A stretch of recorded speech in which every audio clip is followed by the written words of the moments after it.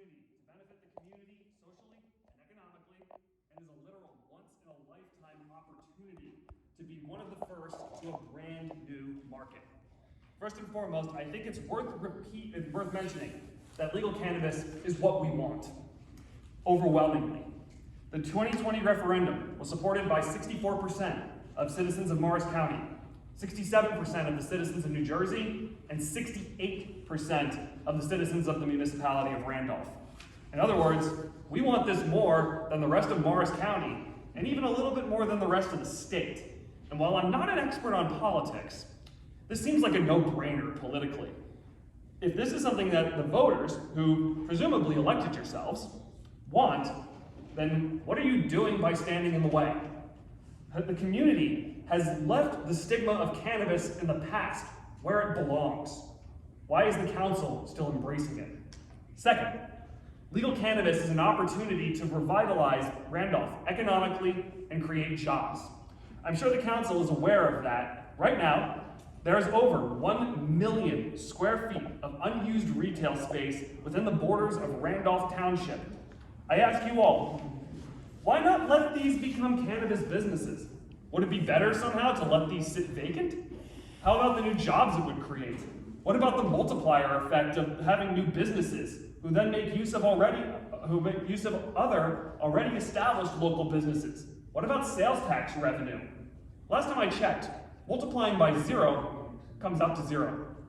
And my own spouse worked briefly in retail space design and anecdotally can tell you that right now, only 2 businesses are growing: car dealerships and cannabis shops. Everything else is dying. Retail is dying. Just look at how even gas stations on Route 10 are selling at CBD. If even they understand the economic opportunity that's present here. Cannabis is among the only new industries that can pick up the slack of the dying retail word. Third, it doesn't take a savvy business person to know the benefits of being among the first entries into a new market, especially as other towns decide to cling to their reefer madness and forbid legal cannabis businesses from operating. If the war on drugs has taught us anything, it's that banning something doesn't make it go away. Should the council choose to bury its head in the sand and proceed on its current course of action, this once-in-a-lifetime opportunity will be blown. And we will have to wait while other towns leave us in the dust towns that took a more forward-thinking approach. Finally, frankly, the ordinance itself reflects a poor and prejudiced understanding of cannabis and the people who use it.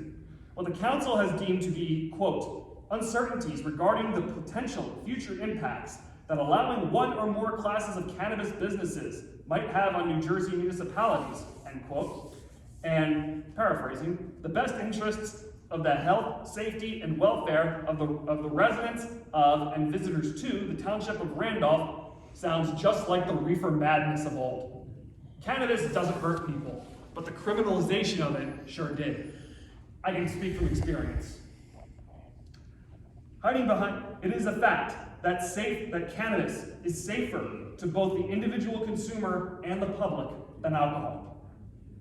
Hiding behind the fact of the sheer complexity of the law is no excuse either. While I concede that the state did a pretty poor job of writing the laws surrounding legal cannabis, I don't think anyone would reasonably disagree with that, that's a problem that can be fixed in time and is not a reason for turning down this opportunity. It sounds more like an excuse along the lines of, the system isn't perfect, therefore we're taking our ball and going home. A child's way of problem solving. In short, the council has given literally no good reason for their position, and that doesn't fly in the face of the facts or of common sense. Simply put, this is what the people want, and is an opportunity to both grow and revitalize the community. The council can say yes to cannabis and ride the wave into the future, or say no and continue to hold the community back and live in the past. And if you're worried about the effects of cannabis, meet me afterwards. I'd be more than happy to share. Thank you for your attention.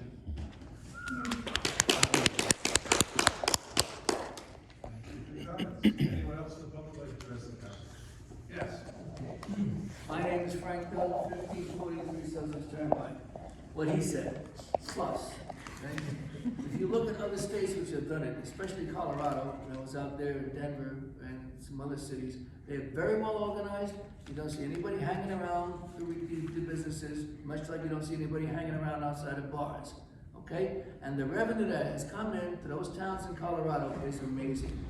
Our school district is having its budget cut. That's the state of New Jersey. And there's also all sorts of other problems with municipalities in the state and with the state budget itself because of the pandemic and other factors. This money, if you wanted to, take the taxes and put it into the school system. It's going to be a tremendous benefit for the kids and for everybody else, okay? And like this guy said before, people have been smoking it for centuries, okay? They're not going to stop. Back in the old days, you had to get it from a guy at the corner, some dealer. And that's where you had all the drug wars. That's where they all came from. Don't miss this opportunity. It's going to be a great one for the town. Thank you very much. Well, thank you. Anyone else in the public like to address the council? Yes. Yeah, Josh Wiener, 21 Davis Avenue.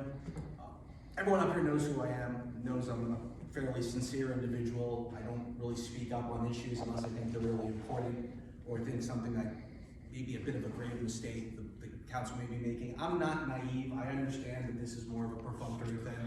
People are going to speak their minds. You're going to pretend to listen, and then you're going to vote for it anyway. And I understand that, and I honestly don't begrudge it. It's done all the time. What I would ask is that this law does allow municipalities to opt out by sometime in August, but it also provides the opportunity to opt back in, to keep an open mind beyond today, and to see. Right now there's only 3 townships, or 3 municipalities in Morris County that are allowing it. I think it's Butler, Rockaway, and Boone. We're like one of the largest municipalities in the entire county, and we're missing out on a huge opportunity because businesses aren't gonna wait to see what other towns are gonna do. They're gonna go to those towns, they're going to open up the businesses, and the benefits are going to be reaped by those towns, not Randolph.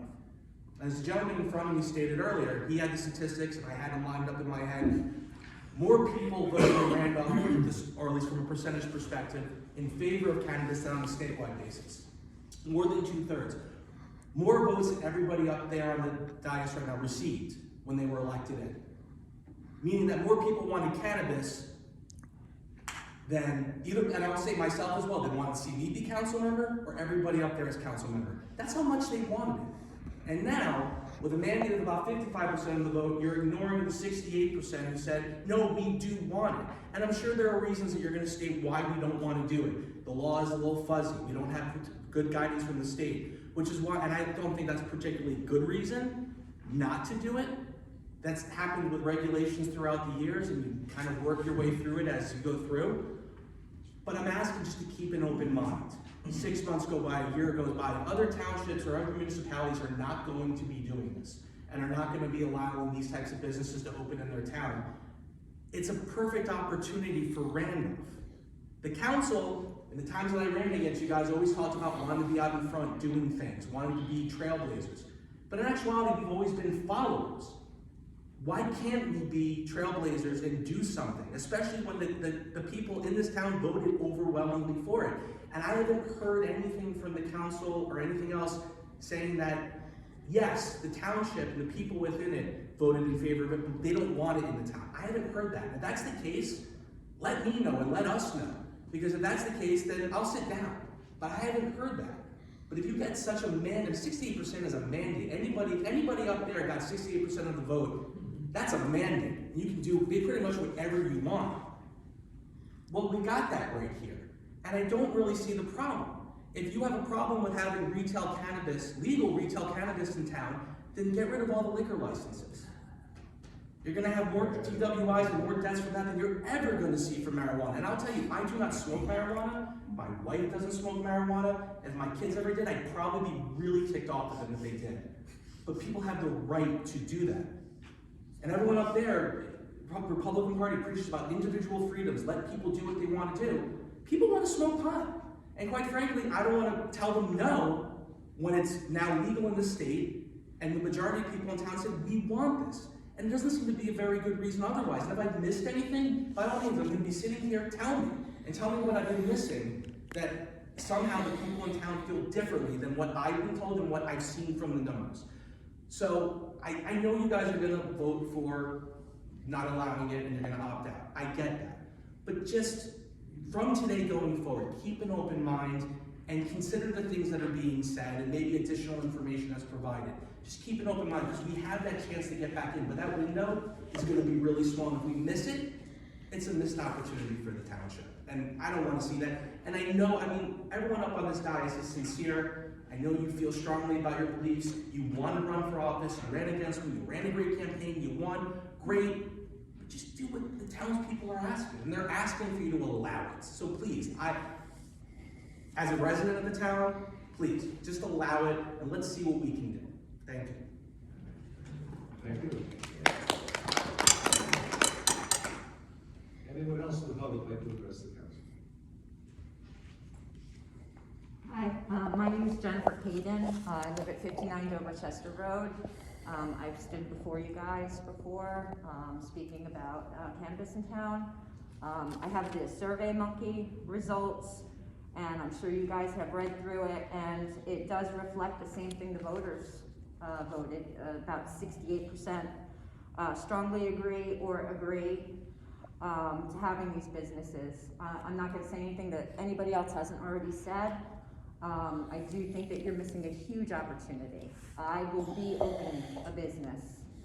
I'd love it to be in Randolph, but I have to be honest. I'm not gonna wait around and wait for you guys to catch up. You know, there's somebody in town right now, Dirty Jersey. They're selling cannabis. They're in Randolph. You guys know about them, right? It doesn't seem right to skip this. I really would hope that you do revisit this.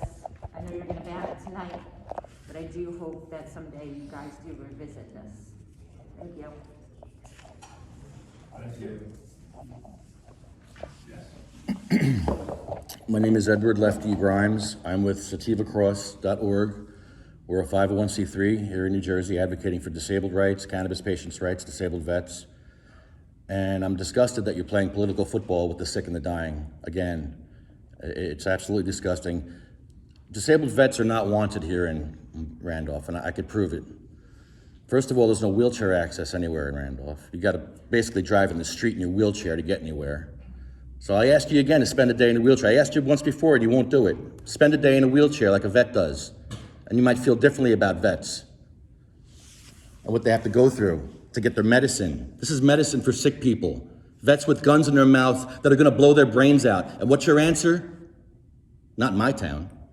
Go get your medicine somewhere else. Take your wheelchair somewhere else. That's what you're telling them, or vets.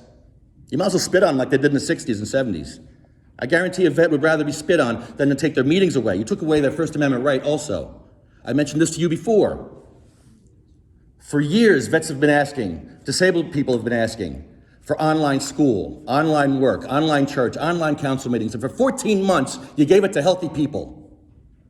And now disabled vets, disabled people, cancer patients, we're back into our cages, back under our rocks. And right before your vote, too. Disturbing that it's right before your vote, you kick all the disabled people out of here. Shameful. For 14 months, you did this for healthy people. Now disabled people can't get that same respect. Why? You can't do it now? What, your hands are tied? What, all of a sudden you can't do it? You did it for 14 months for healthy people. What about disabled vets? What are you doing for them? Why don't you help the disabled vets out that are home now, that can't make this meeting? The people on their deathbeds that can't make this meeting. Why don't you think about them? Put the last first. Any Christians on this council? Put the last first? You ever hear that? That's number 2. Number 3, disrupting the supply chain of medicine to troops is a wartime move. That's a wartime move. That's what they do in war. They disrupt the supply chain of medicine and supplies to the troops. Who are you at war with? Why are you at war with your own troops? Your own people that you're supposed to be taken care of. They fought for your right to sit up there and be ignorant. And you have a right to be ignorant. And they fought for that. But you need to fight for them now and give them their medicine. Shocking. You got people here, working class people that want to open up a business here. But no, you're gonna wait for the big conglomerates, the big Walmart of weed to unban your stuff. Guarantee, mark my words on this day, you'll unban it for Walmarts and the big Amazons of weed that are gonna come in here. That you'll do it for. But the working class gets screwed again. All these people here that wanna open up a business, Jay, all these people, no, we don't get to do that.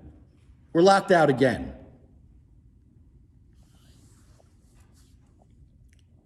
So we get 3 bites of the apple tonight, this is good. They went with songs to the battle. They were young, straight of limb, true of eye, steady and aglow. They were staunch to the end against odds uncounted. They fell with their faces to the foe. They shall grow not old as we that are left grow old. Age shall not weary them, nor the years condemn. At the going down of the sun and in the morning, we will remember them. Thank you.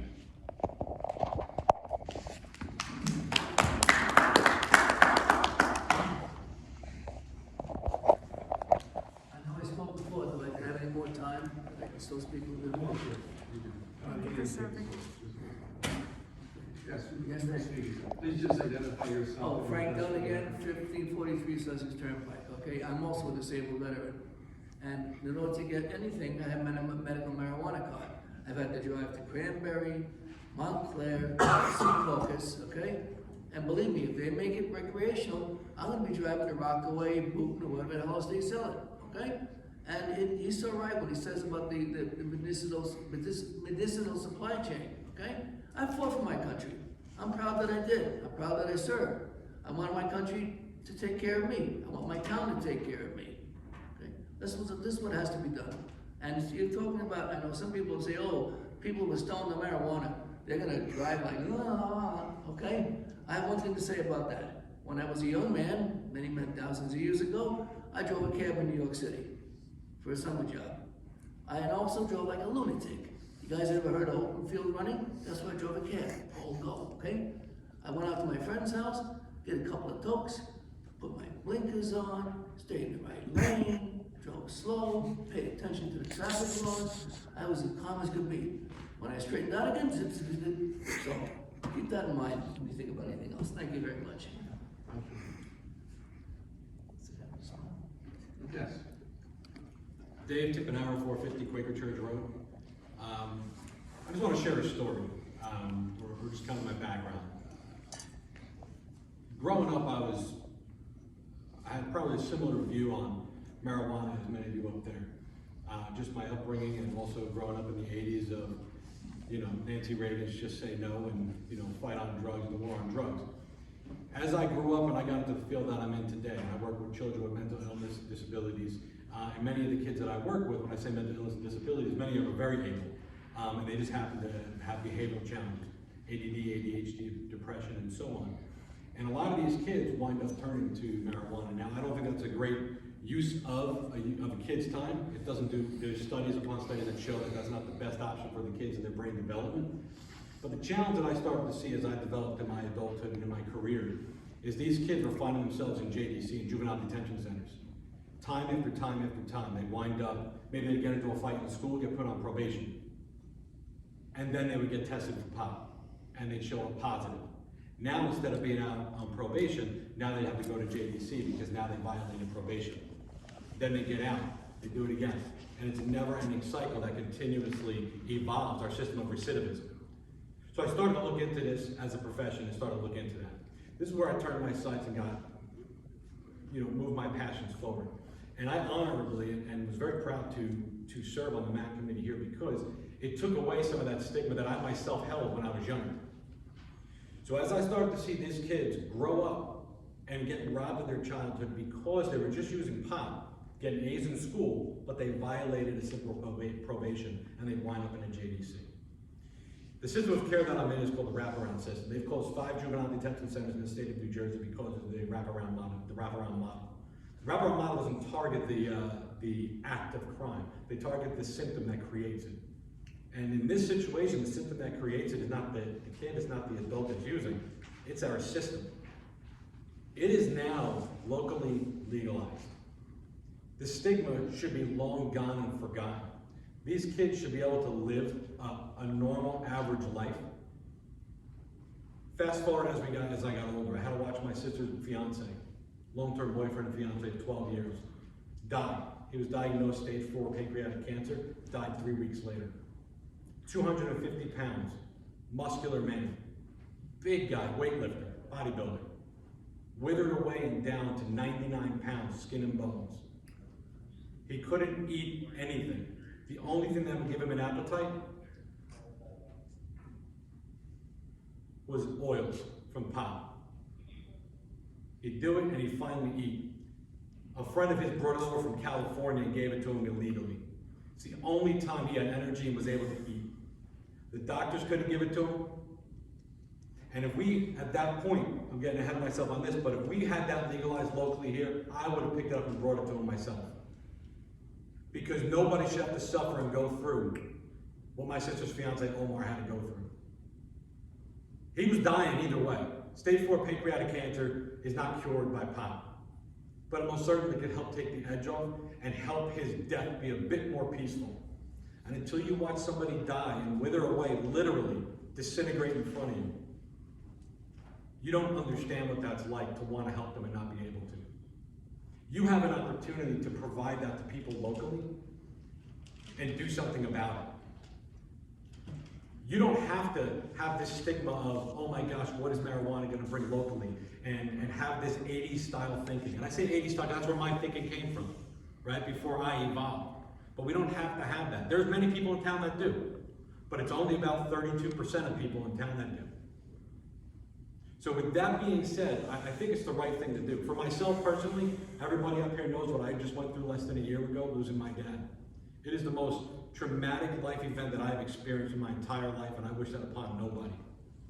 And what I had to go through and deal with, everybody was rushing to shove Xanax and whatever prescription drugs down my throat. I won't take it.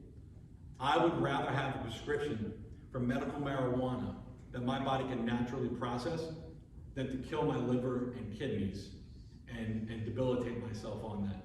You guys have a great opportunity. As everybody said, you have a great opportunity to be able to gain income.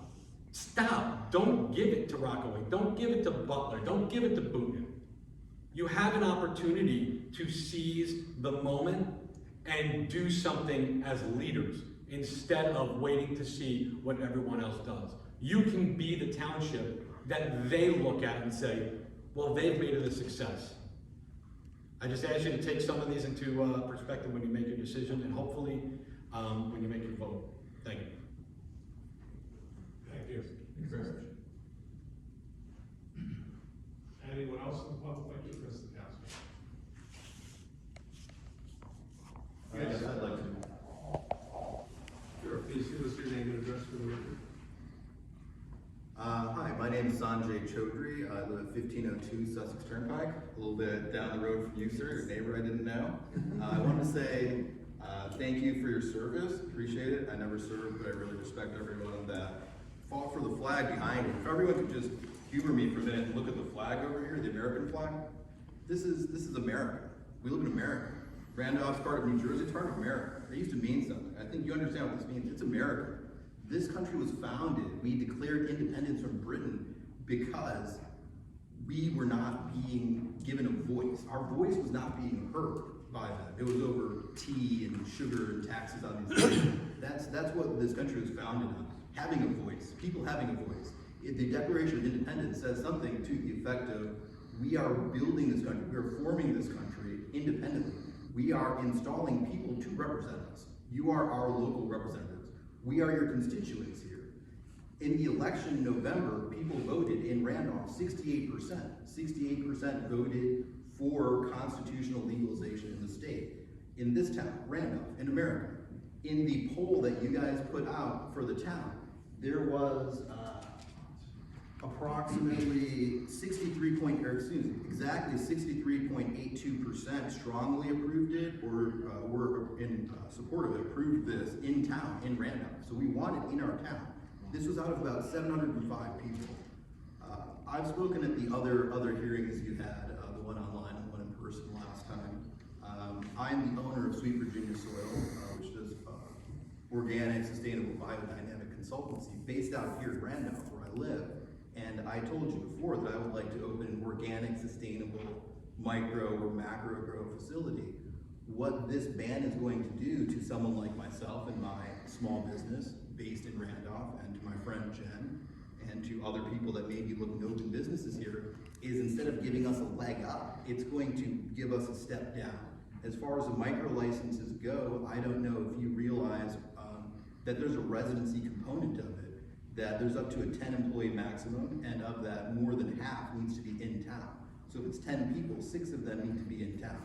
So what you're doing is, I'm gonna need to go to another town and try to get a license, but what a lot of towns have done is they put in parameters rather than blindly saying no. Some towns have said, we're gonna allow this many small businesses, this many large businesses, taking the onus upon themselves to create a law that supports a community.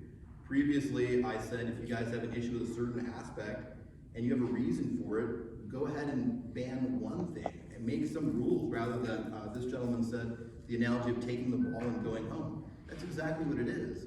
You know, this is America. We voted for this. We again in the poll told you to do that. You are our representatives. You know, this isn't China. We're not in Russia. This isn't Nazi Germany. We said something. There wasn't voter fraud. This is all very clear. 68%. Most first or second graders would understand that's more than half. It's not even close. It is, you know, you should be compelled to do this. To go against this is anti-American. Maybe go to China, maybe go to Russia, take whatever. It's on both sides. It's the liberal side, the conservative side. Most of the town wants it.